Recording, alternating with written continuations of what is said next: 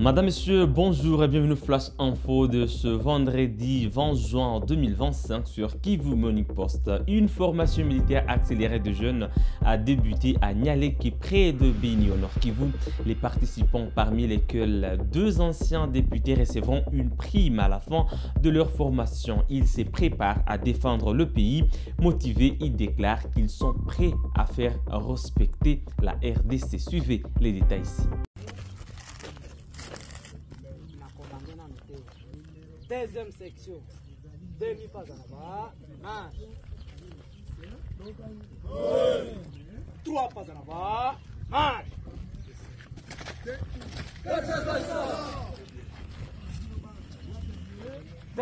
Troisième section, 2 pas en avant, marche.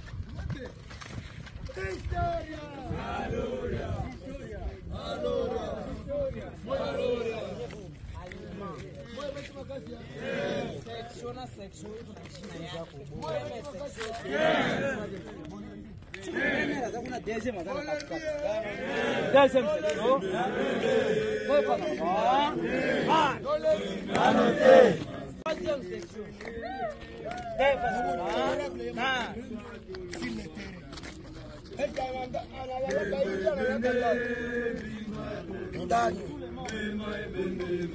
quel jour Mutakuta général avec tout respect son excellence. Merci Rev. Yo, Mutalwa. Unajua kama honorable Sate.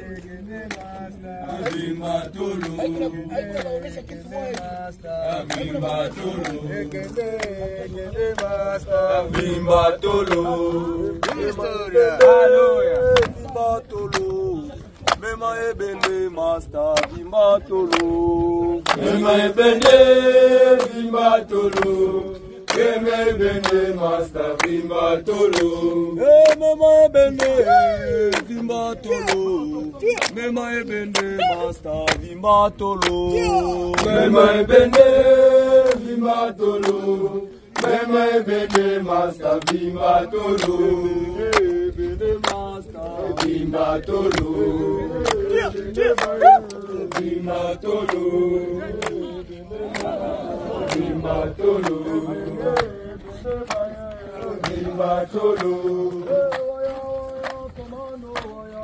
Sept 000 nouvelles recrues ont terminé leur formation et intègrent la spéciale unité des forces armées de la République démocratique du Congo FARDC, connue sous le nom des Tigres, formés au centre d'instruction de Moura sur des tactiques de combat. Ces militaires de l'armée congolaise seront bientôt déployés sur le terrain. Leur mission consiste à renforcer la réponse militaire face aux menaces sécuritaires dans l'est de la RDC.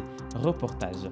Le colonel diplômé supérieur d'état-major Zanzate Semba Medardo, commandant du centre d'instruction de Moura, a présidé mardi une parade solennelle en l'honneur des recrues de la brigade Tigre, marquant la fin officielle de leur formation avant leur déploiement futur.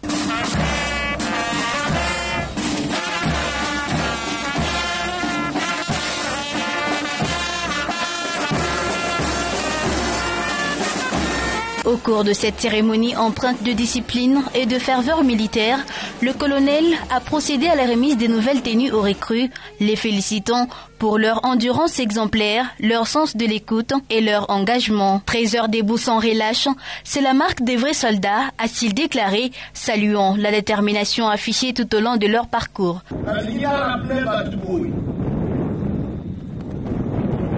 Équipement militaire aussi l'héros. Et pour déterminer suite na yo lobby. Batela teni équipement aussi le ko la liste na yo. Soldat azalaka musicien té. Aussi téléphone, TikTok. Eza na tina mon côté pour un soldat. Le colonel Zanza a exhorté les militaires à maintenir une discipline irréprochable en attendant la venue prochaine du chef d'état-major général, seule autorité habilitée à officialiser leur déploiement opérationnel. En guise de reconnaissance, il les a confirmés soldats de 2e classe dans l'attente de la confirmation hiérarchique finale.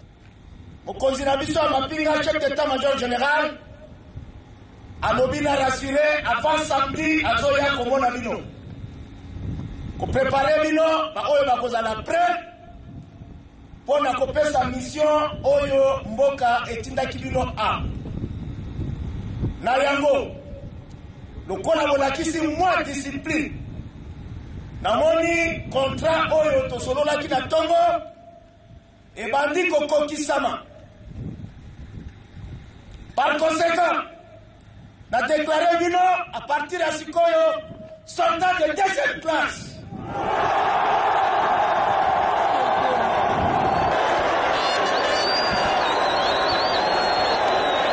Soldat, il y a deuxième classe à cause de distinguer l'Ibanda, Kolat, Etamoli, Kofanda, respect et consigne. Parce que Azali Lissou sous liquidité, a yébi règlement. Est-ce que tu as gagné? Alors, tu signer un contrat d'Abisso bien, tu respecter Yango jusqu'à ce que mon conduit Aya a annoncé le départ d'Abino officiellement. Tu as gagné? Batela équipement oyo la pesio lokola liso. Oyo na kokuta lili équipement mumina na ye. Ndako na yo ezali prison. La parade s'est clôturée dans une ambiance de liesse marquée par des chants militaires, des danses et une démonstration de cohésion de groupe, soulignant le moral élevé des troupes.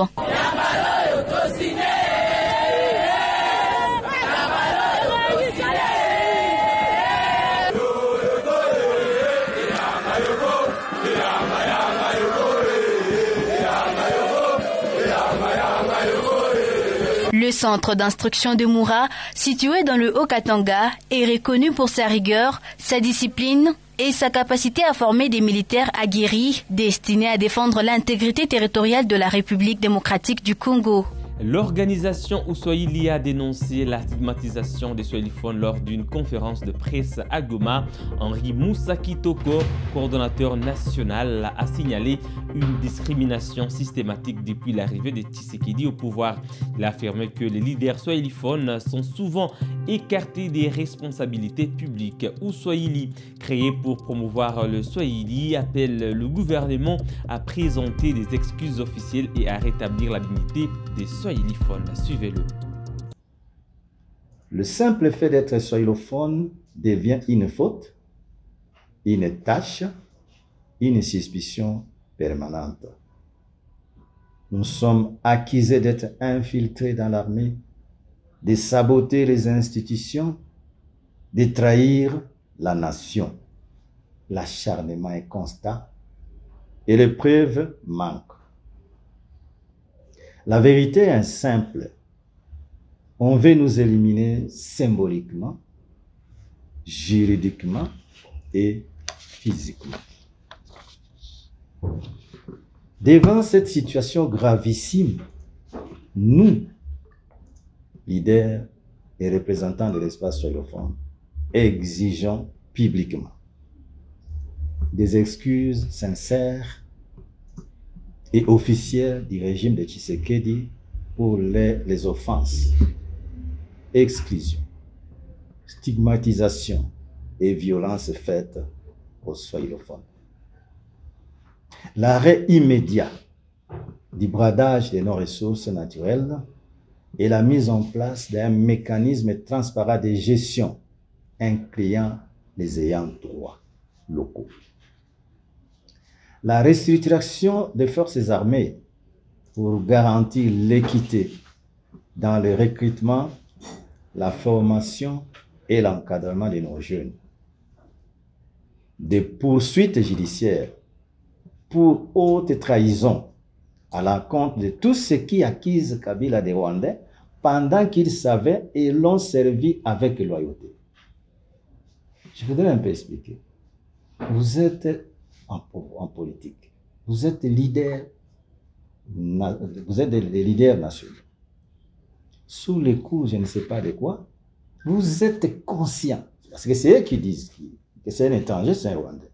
Donc, vous êtes conscient que ce monsieur que nous portons au pouvoir est un Rwandais. C'est quand même compliqué. Vous cheminez avec un homme pendant 18 ans, sachant que c'est un falsificateur d'identité. Vous le savez très bien. Et à la fin de son mandat, vous vous retraitez pour dire qu'il était rwandais. Si cela est vrai, moi je pense que l'honnêteté intellectuelle, la moralité patriotique exige que ces gens d'abord demandent pardon à la population d'avoir soutenu un étranger au pouvoir. Et si le fameux procureur près de la Cour constitutionnelle est vraiment patriote, mais que ce monsieur initie des actions judiciaires à la compte de ces gens pour association de malfaiteurs et haute trahison. C'est l'article 68 qui est dit. À moins qu'il se taise. Et ça, c'est une façon aussi de salir même notre morale collective. Que les étrangers ou bien les voisins, les pays voisins sentent que ces gens, il n'y a pas longtemps, eux-mêmes, ils ont porté un étranger au pouvoir et les mêmes personnes se retraient pour dire qu'il était un étranger. Vraiment, la conscience des Congolais est vraiment jetée par terre, humiliation. Que ces pardons soient rendus publics, nous estimons par la voie de la Senko que nous pouvons donner notre caution morale de la nation. Et ces pardons, nous exigeons qu'ils soient versés à la Senko et Senko nous transmettre, à Senko nous transmettre ces pardons. Ça serait une cause juste, ça serait utile pour la cohésion nationale. Si c'est... La République démocratique du Congo a lancé la production de son nouveau passeport biométrique. Jeudi, le ministère des Affaires étrangères a délivré ces documents à des demandeurs ayant respecté les recommandations. La cérémonie présidée par Théo Wabinga, secrétaire général aux Affaires étrangères, s'est déroulée au centre des captures à Kinshasa. Les premiers bénéficiaires ont exprimé leur satisfaction, soulignant la rapidité et la simplicité du processus. Suivez-le. Je vais procéder à la remise du premier lot de passeports ordinaires. Je demande à Madame Echele.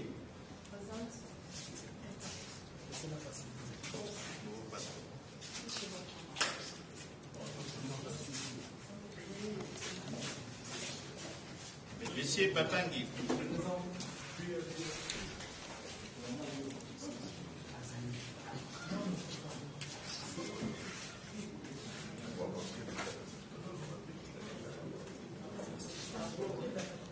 En tout cas, pour l'obtention de mon passeport, franchement, ça n'a pas pris beaucoup de temps. Je pourrais dire maximum 10 à 15 jours maximum, n'est-ce pas? Parce que le processus s'est vraiment simplifié cette fois-ci. C'est vraiment simplifié parce que ça permet à chacun lui-même de faire ses démarches en toute la simplicité. D'ailleurs, vous commencez les démarches chez vous ou dans votre bureau, devant votre machine. Vous-même, vous faites votre pré-enregistrement dans toute la facilité. Et le ministère des Affaires étrangères vous envoie tous les documents dans votre adresse mail, sans toutefois faire intervenir qui que ce soit. En termes d'argent, je n'ai dépensé que 75 $, que d'ailleurs j'ai payé au niveau de la banque, Equity. Je suis allé moi-même au guichet, j'ai payé et voilà, aujourd'hui j'ai mon passeport. Je n'ai pas payé autre chose en tout cas. Bon, les documents qui ont été demandés, notamment... on nous a demandé le numéro, il faut avoir son numéro impôt, le numéro NIF. Il faut en avoir auprès de la DGI, qui d'ailleurs pour obtenir ça, si vous ne l'avez pas, ce n'est pas si facile. Vous le faites dans votre machine, vous entrez dans le site de la DGI et vous remplissez, il y a un formulaire, vous remplissez les informations et on vous renvoie votre numéro NIF. Et ce numéro NIF vous permet... de continuer la procédure. Et la pièce que vous pouvez peut-être joindre à votre dossier, c'est soit votre pièce d'identité, ou si vous avez un ancien passeport, vous pouvez aussi joindre cela. votre permis de conduire, votre acte de naissance si vous en avez. Voilà un peu les documents qu'il faut joindre dans votre demande de passeport. J'ai le témoignage des personnes qui attendent l'ancien passeport, ça c'est aux affaires étrangères. Mais j'ai vu dans l'annonce du ministère des Affaires étrangères que ceux qui avaient atteint l'étape de la capture devaient être privilégiés pour l'acquisition du nouveau passeport. J'espère que cela sera pris en compte car il y a beaucoup de gens, des témoignages que j'ai reçus en tant que journaliste, il y a beaucoup de gens qui attendent le nouveau passeport. Je souhaite aussi, ça c'est peut-être la recommandation à faire, même si ce n'est pas revenu dans la question, je souhaite que le processus puisse être maintenu de manière aussi légère, aussi simple, aussi pratique. Parce que chez nous, très souvent ça commence bien, puis après la machine devient lourde. J'espère que le ministère des Affaires étrangères veillera à ce que la procédure telle que présentée depuis le 5 juin puisse être la même pour tout le monde en tout temps et en toutes circonstances.